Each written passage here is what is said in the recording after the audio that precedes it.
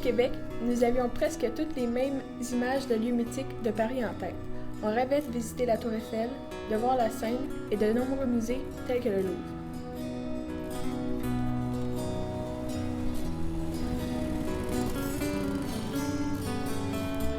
Une fois dans la ville lumière, je constate que nous devons marcher énormément pour nous rendre d'un lieu à l'autre, et c'est parfois en se perdant dans les rues que nous vivons nos moments les plus précieux.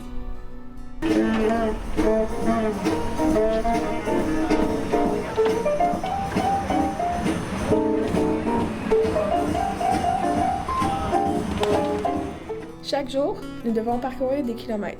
Évidemment, il n'est pas question de se plaindre, on est à Paris. Mais je dois avouer que les moments que nous prenons pour nous reposer et prendre une bouchée au cœur d'un parc vont rester longtemps gravés dans ma mémoire. On est présentement dans les jardins du Luxembourg, à Paris. Puis je mange un macaron aussi. Que ce soit dans les jardins du Luxembourg, le Champ de Mars qui s'étend devant la Tour Eiffel ou encore à la place des Vosges dans le Marais, les espaces verts de Paris sont tout aussi époustouflants les uns que les autres. Nous avons eu la chance de passer par les jardins du Luxembourg alors qu'il y avait une dizaine de petits voiliers qui flottaient dans le bassin octogonal. Ils étaient décorés de drapeaux de pays du monde, les enfants s'amusaient à les pousser et nous avons passé un temps fou à les observer. Les espaces verts sont des lieux de rendez-vous très populaires pour les Parisiens comme pour les touristes.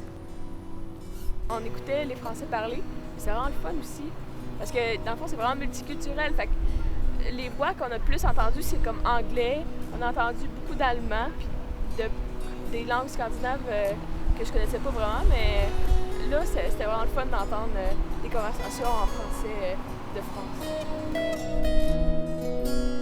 Dans ces lieux paisibles, il est facile d'oublier que nous sommes de simples touristes et qu'un jour, nous allons devoir rentrer à la maison.